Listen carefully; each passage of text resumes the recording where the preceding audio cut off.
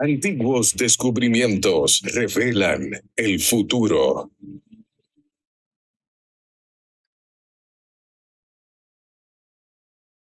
Qué oportunidad,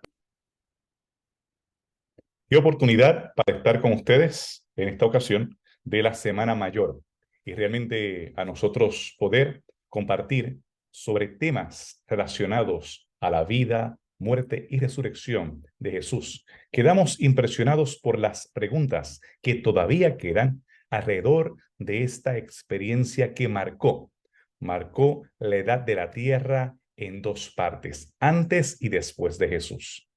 Mi nombre es Efraín Velázquez y soy arqueólogo, presidente del Seminario Teológico Adventista Interamericano, y para mí es un tremendo privilegio poder compartir con ustedes acerca de un tema tan importante como es la búsqueda de la tumba de Jesús. Es, sin lugar a dudas, uno de los artefactos y uno de los lugares arqueológicos más buscados a través de la historia.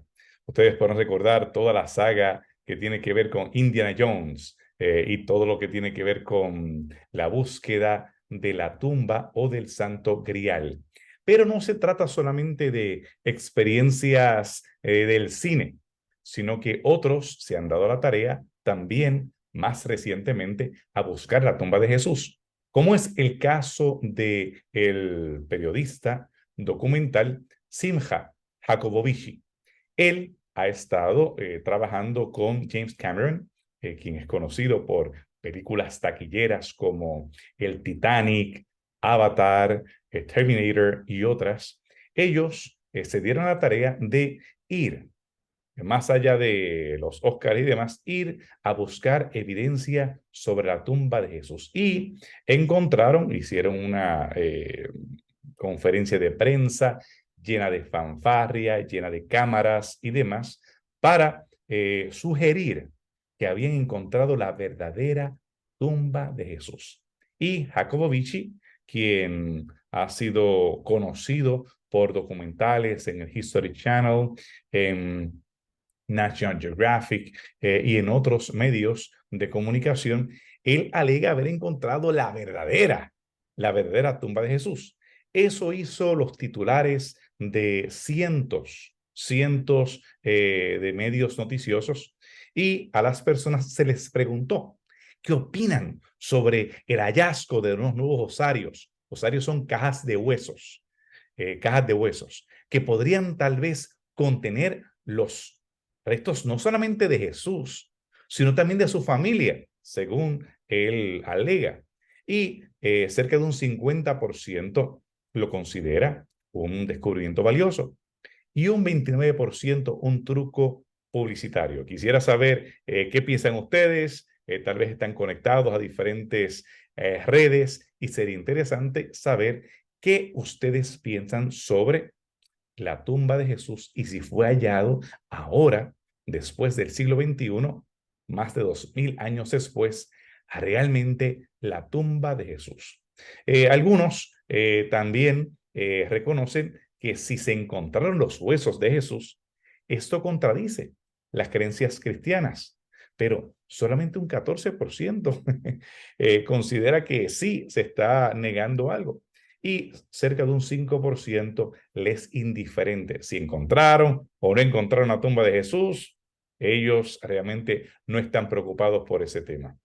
Uno de los libros que impactó las redes fue The Jesus Family Tomb, la tumba familiar de Jesús, y se convirtió en el quinto más vendido en Amazon.com. Él llevó su equipo de camarógrafos de una manera bien hollywoodesca, con linternas, buscando en esta tumba que había sido sellada en talpiot. Yo sí puedo apreciar un poquito de lo que él hace, porque he estado grabando también documentales. Acabo de llegar hace apenas unas semanas de Egipto, Israel, Palestina, Jordania, estos lugares donde están relacionados la historia del Antiguo y Nuevo Testamento, pero evitamos ese tipo de show, como lo está haciendo Jacobovich, dándole ese sabor hollywoodesco. Nosotros vamos a los hechos factuales. Se llama el programa Biblia 5D, 5 dimensiones, aparte de los documentales que ya hemos grabado en evidencias NT, que se pueden buscar completamente gratis en la red web o en el canal de YouTube. Evidencias NT. Pero volvamos aquí.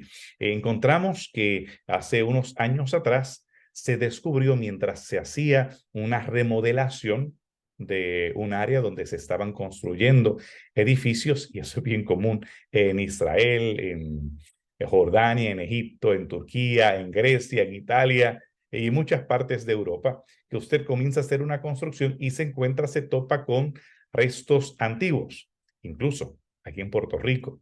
En Puerto Rico, desgraciadamente, no todo el mundo es tan claro, tan honesto, y hay falsos positivos y hay positivos que los presentan como negativos, habiendo restos arqueológicos, igual que en Latinoamérica, cuando he visitado El Salvador, Costa Rica, México, diferentes partes del Caribe, donde hay yacimientos arqueológicos y muchas veces son ignorados. En este caso se encontraron cajas de hueso. En Israel son muy meticulosos. Uno de los países, yo diría, más estrictos en este tema es el país de Israel. Y estas cajas de huesos se encontraron adornadas con inscripciones, las cuales demostraban que había encontrado a un Jesús. Sí, de eso no cabe la menor duda. La cajita de huesos dice, ahí habla acerca de un Jesús, hijo de un José. La pregunta es, ¿qué Jesús es este y qué José es este? Vamos al José. En una de las cajas menciona a un José. Yosé, está en arameo. Y las traducciones que tenemos de la Biblia, el documento más antiguo que tenemos sobre los relatos de Jesús, algunos datando del primer siglo. Yo quiero que entiendan esto bien, porque historias de Alejandro Magno fueron escritas unos 300 años después. Los registros o los relatos que tenemos, pocos contemporáneos, sí, anales, pero los datos biográficos como tal se hacen siglos más tarde. Y las copias que tenemos son de básicamente un milenio más tarde y muy pocas, muy pocas. Lo mismo sucede con la mayoría de los escritos antiguos, como es la Ilíada, como son los relatos de Heródoto, los libros de Josefo, muy tardíos. En el caso de los manuscritos del Nuevo Testamento, tenemos manuscritos que son bien tempranos, del segundo siglo. Eso es casi hablar del periódico del otro día en términos de la modernidad, porque recuerden que en la antigüedad no había imprentas, no había imprentas. Aquellos que se están conectando ahora, continuamos con este tema en este día tan especial, el cual nosotros estamos analizando la evidencia sobre la tumba de Jesús, la búsqueda de la tumba de Jesús. Y para hacerlo tenemos que transportarnos, pónganse los cinturones y vamos al antiguo cercano Oriente. Vamos allá al próximo Oriente, a lo que hoy se conoce como la Galilea, el mar de Galilea, y la parte más al sur, que es Jerusalén, que tenemos una parte, la mayoría de esa parte es territorio de Israel, la parte este perteneciendo a Palestina. Y cuando se define el José, que estamos ahora con este enigma de esta caja de huesos, este José era un tectón. En Mateo 13:55 se pregunta, ¿no es este el hijo del carpintero? ¿No se llama su madre María y sus hermanos Jacobo, José, Simón y Judas? No se olviden de estos nombres, porque estos nombres son importantes en el relato. El tectón no era solamente un carpintero como el ebanista, que tenemos muchos ebanistas muy buenos acá en Latinoamérica, sino que trabajaba también con la piedra. trabajaba con la piedra, trabajaba en diferentes áreas de la construcción, que era mucho más allá que lo que es el típico ebanista que va a hacer sillas o mesas, que es un artesano en sí mismo. En este caso, el tectón también trabajaba con orfebrería y también vemos que ellos usaban el cincel también para decorar en muchas ocasiones. Pero este José no vivía en la Galilea, en esa zona del norte, sino que vivía evidentemente en la parte sur. Vivía en Jerusalén. Su casa no era una casa como las villas del primer siglo que hoy todavía podemos visitar en el Golán, los altos del Golán, sino que que eran, por cierto, casas bastante rústicas, las que vivían las personas pobres, sino que era una casa rica y la tumba era una tumba de gente adinerada. O sea, que este José, que es papá de este Jesús, no era un carpintero, era una persona adinerada, era una persona adinerada porque así le evidencia el tipo, lo estilo de la tumba donde él había sido depositado, los restos habían sido depositados, teniendo unos orificios, loculi o kohim en hebreo, donde nosotros todavía en la actualidad podemos explorarlos. Hace unas semanas estuve con mi hijo precisamente explorando algunos de estas tumbas en el área de Jerusalén, las cuales están más lejos del ojo de los turistas que van principalmente al área de las iglesias. En la típica tumba del primer siglo era pequeño, era un orificio labrado en la montaña, en la piedra viva, y se utilizaban piedras corredizas, muchas veces cuadradas, no necesariamente redondas, pero sí eran ruedas en algunas ocasiones, como la que los evangelios relatan que Jesús fue enterrado. Los ricos eran los que tenían tumbas monumentales, como las podemos ver en diferentes partes del cercano oriente, entre ellos Petra. Petra es una de esas ciudades míticas o icónicas del cercano oriente, donde encontramos tumbas labradas en piedra monumentales. En el caso del José padre de Jesús, o el José que crió a Jesús, debía haber sido una tumba sencilla, una tumba cavada, una zanja llana en la tierra, como son las personas pobres de la antigüedad y aún de la actualidad. Ese José no era un aristócrata como el José que fue enterrado en este caso en esta tumba, sino alguien bien sencillo. Vamos a ver la segunda pieza de evidencia, la localización de la tumba. En Juan, el Evangelio de Juan, capítulo 19, versículo 17, nos dicen que tomaron a Jesús y lo llevaron a un lugar llamado la calavera. En hebreo es Gólgota. Y ese lugar había un huerto, y era un sepulcro nuevo, el cual nadie había utilizado. Muchos turistas van a la tumba del jardín. Yo sé que tal vez usted ha ido a un viaje con algún pastor o algún sacerdote, alguna peregrinación, y pues algunos los han llevado, especialmente aquellos que son protestantes, los llevan a la tumba del jardín. Pero es un lugar equivocado. El lugar donde está la iglesia ortodoxa y la iglesia católica, la tumba de la Santa Sepultura, ese es el lugar correcto según la arqueología y lo que hemos podido estudiar a través de las décadas. Y ustedes dirán, bueno, aquel que ha visitado Jerusalén dirá, bueno, es que la tumba de la Santa Sepultura, donde van nuestros hermanos ortodoxos y nuestros hermanos católicos, está dentro de Jerusalén. Es que sí, está dentro de Jerusalén ahora, pero en la antigüedad no estaba dentro de Jerusalén. Lo que ustedes ven que parece una carabela no es otra cosa que una cantera del siglo XIX, perdón, del siglo XVI, cuando Soleimán excavó, sacaron piedras de ahí para hacer las murallas de Jerusalén. Así que no es antigua. Y la tumba que se encontró allí es una tumba de la época de David, 1000 años antes de Cristo, la época de hierro. No puede ser una tumba nueva. Por lo tanto, todos esos peregrinos que van allá y están emocionados porque van a entrar, están entrando a una tumba equivocada.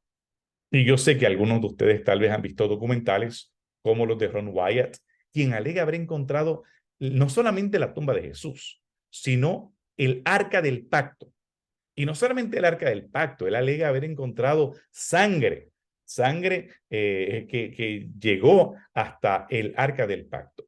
Pero, nuevamente, nada más lejos de la realidad, porque no hay evidencia de que esa sangre él la haya encontrado. La evidencia supuestamente se perdió y tenía la mitad del paquete cromosomal, lo cual lo hace un disparate. Y no solamente un disparate, sino que va en contra de lo que presenta el libro de Hebreos, en contra de la Biblia, que evidentemente está presentando a un Jesús que está llevando sus marcas y evidencia de su sacrificio o de su sangre ante el trono celestial, ante la misma presencia de Dios en el cielo, y no a unos querubines acá en la tierra, como en el caso de lo que sería el arca del pacto, el arca perdida, que tanto se ha especulado.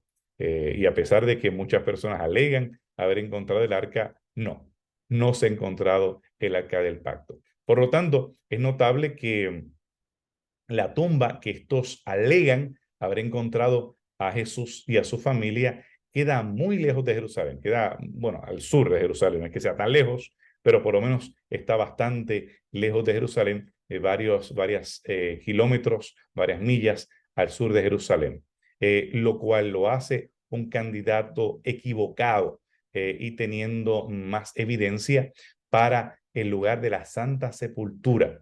Allí donde miles de peregrinos están viajando y ahora en este momento llevando ofrendas y celebrando la Semana Mayor. Allí es donde Jesús fue crucificado y también donde él fue enterrado.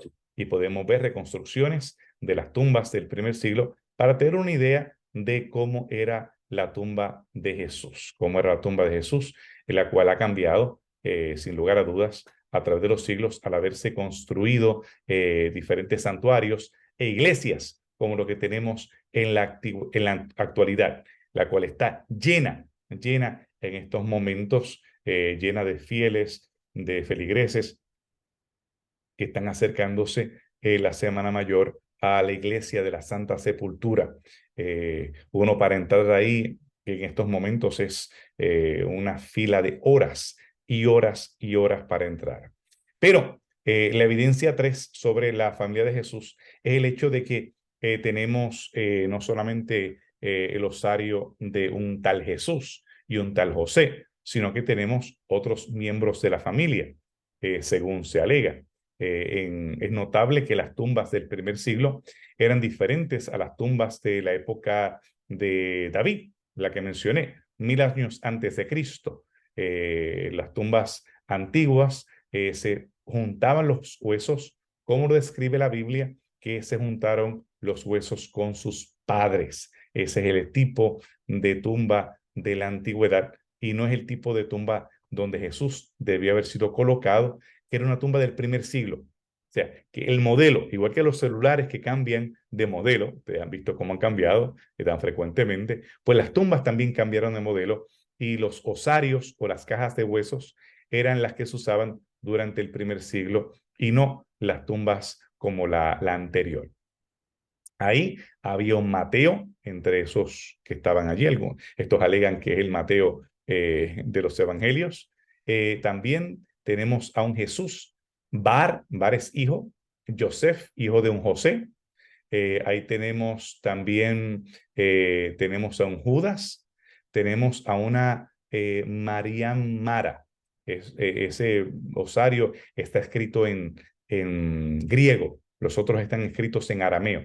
Está escrito en griego. Y tenemos en este caso también una María, simplemente una María, que ellos alegan que esta es, una dicen que es la María Magdalena y la otra María, la madre de Jesús. Y José. José. Tenemos un Judas también, que lo pueden identificar con el Judas hermano de Jesús, como Jacobo, hijo de José, y no necesariamente con Judas Iscariote, por supuesto, ese no estaría allí. Yo he tenido la oportunidad de analizar varios de estos osarios, he visitado en decenas de ocasiones los lugares relacionados a la vida de Jesús y he estado con varios eruditos que han investigado osarios con nombres como María, como Jesús, como Judá, como Mateo, lo cual es muy común. Yo creo que ustedes entiendan que esto es como hablar de las Carmen en Puerto Rico, las Altagracia en República Dominicana, las Caridad en Cuba o las Guadalupes en México. Son nombres muy comunes. Ustedes analizan el nombre más común en los osarios, en estas cajas de huesos, es el nombre de Shimón o Simón o Simeón. El segundo nombre más común es el de José, Yosef. Tenemos a Eleazar, tenemos en cuarto lugar a Judá, en quinto lugar a Juan o Johanán, y en sexto lugar, el nombre más común era Jesús, Yeshua. Era un nombre muy común, no es que solamente Jesús tenía ese nombre, era un nombre sumamente común, así que vamos a encontrar muchos Chu, muchos Jesús, muchos Jesús. José, Judá y Jesús son los nombres más comunes que hay. ¿Qué acerca de las Marías? El nombre más común. Casi una de cada 4 mujeres se llamaba María. Miriam. El otro nombre común era Salomé. El otro era Shelam Sion y el otro Marta. María y Marta quiere decir que eran de los nombres más comunes. Pero noten, casi una cuarta parte de las mujeres enterradas en osarios, por lo menos, se llamaban María. La evidencia 4 es que había un hermano de Jesús. Este Jesús tenía un hermano. Y en Gálatas 1:19 se relata de Jacobo, el hermano de Jesús. Muchas veces lo conocemos como Santiago. Es que en España se consideraba a Jacob, un santo, San Yago, y la palabra evoluciona en el castellano para Santiago, pero es Jacobo el hermano de Jesús. Y se encontró una inscripción hace pocos años donde hay un Jacobo Bar Joseph, tenemos un Jacobo, el cual es hijo de un José y es hermano de un Jesús. Así que tenemos Jacob, Bar Yosef, Ajai y Yeshua. Y mucho se ha especulado, muchos declaran que es una farsa. Yo tuve la oportunidad de verla en Canadá. No todo el mundo ha podido verla, ha sido confiscada, la tiene el gobierno de Israel, pero yo soy de aquellos que cree que es muy probable que sea el Jacobo relacionado a Jesús, por lo detallado de la inscripción en relación a Jesús con el José. Pero igualmente, nosotros no podemos determinar de manera cierta y hasta ahora el tema ha quedado en los tribunales, es un problema legal. La evidencia 5 es la esposa de Jesús. Bueno, vamos a ver si Jesús estaba casado. Recordarán el código de Da Vinci y todo ese tema. Pero este Jesús de esa tumba sí estaba casado y tuvo un hijo, porque tenemos aquí que tenemos a un hijo de Yeshua. Tenemos a un hijo de Yeshua. ¿Y qué acerca de la esposa? Tenemos a una María Menomrat, perdón, María Menormara, un nombre bastante largo, está escrito en griego, y sí, estaba allí presente, pero el decir que era esposa de Jesús es simplemente una especulación. En ningún momento dado dice que era esposa de Jesús. Igual que el de María, que tenemos una María dentro de esos cajas de huesos que se encontraron allí. Ellos encontraron fragmentos de huesos y determinaron que los huesos no tenían el mismo ADN. ¡Voilá! Seguro que no va a tener el mismo ADN si las mujeres venían de otra familia. Usualmente la mujer la enterraban con la familia del esposo y por eso es de entender que el ADN no era el mismo. La sexta evidencia que muchos de mis colegas no han notado al analizar este descubrimiento es el hecho de que ese hombre no fue crucificado. Ese Jesús que se encontró allí, con los huesos que se encontraron allí, no fue crucificado. A pesar de que Simja encuentra otros clavos en otro osario, en otro lado, no se pueden determinar que fueron usados para crucificar a nadie, sino que fueron clavos de madera en el caso de los que él encuentra. Pero los clavos que sí se usaban para crucificar eran de unos 15 a 20 centímetros, con una punta de 6 centímetros en el extremo. Muy, muy puntiagudos, muy puntiagudos. Y ellos eran clavados en las muñecas y no en las manos. Usualmente eran clavados en la muñeca para mantener colgando a esa persona, lo cual era un método bastante doloroso. Pero no podemos descartar, quiero que sepan que no podemos descartar, hay partes de la mano en las cuales sí puede ser crucificada la persona y pueden ser horadadas las manos, tal y como, especialmente cerca del metacarpal, entre el multangular y el metacarpal, sí hay lugares donde se podían crucificar a las personas para mantenerlos a ellos colgando.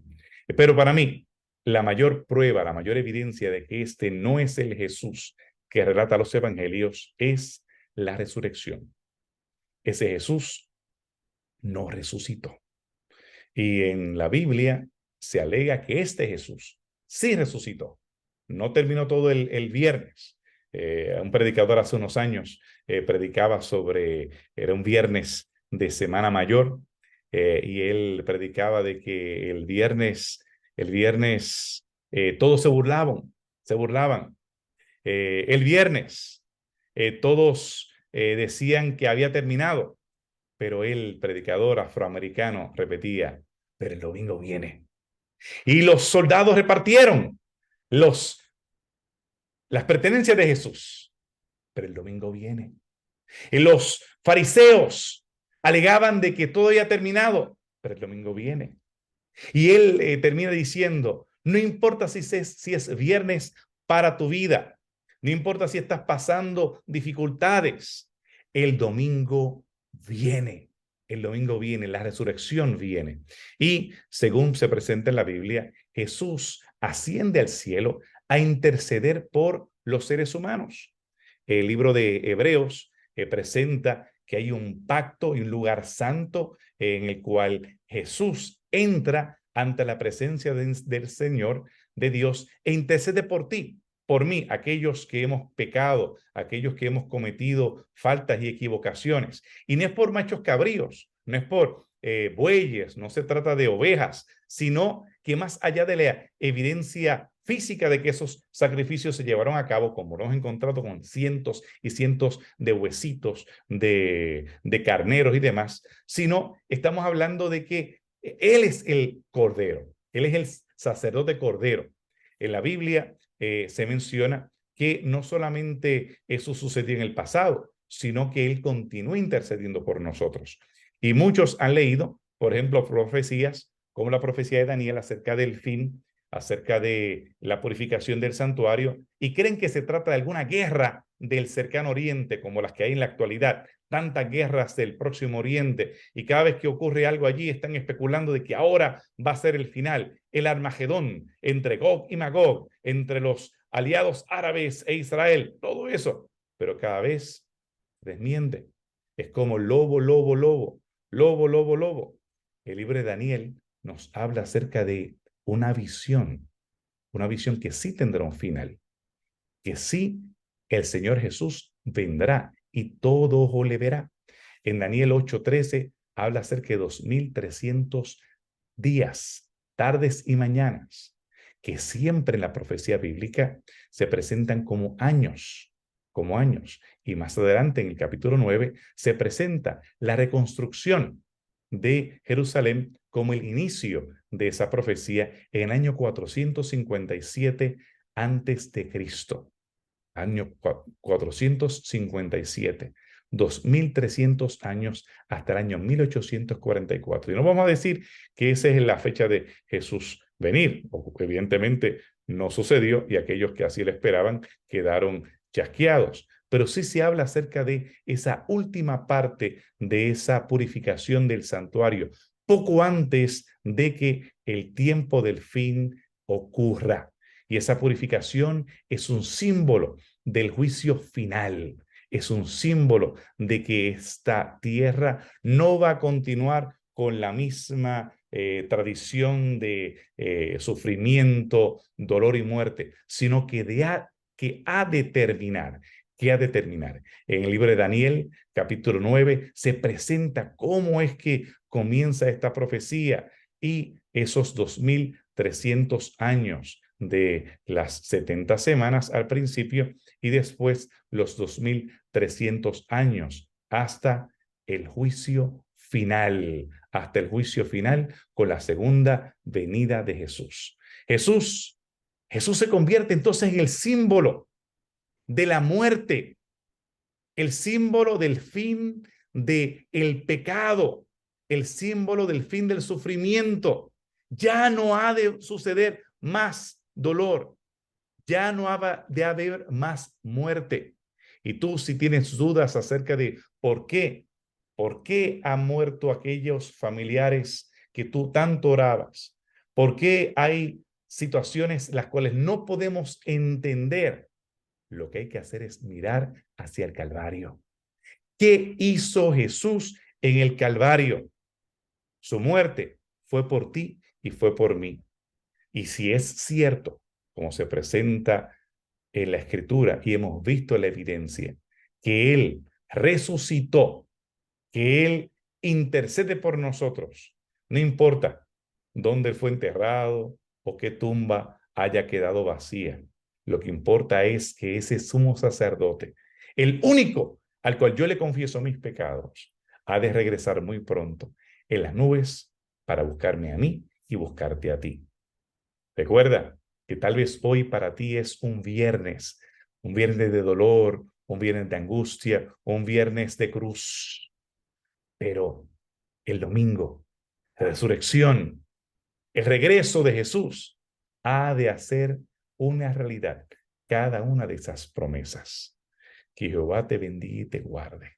Que puedas afirmarte en esa evidencia y sobre todo la evidencia que está en nuestros corazones de un Jesús crucificado, un Jesús resucitado y un Jesús próximo a venir.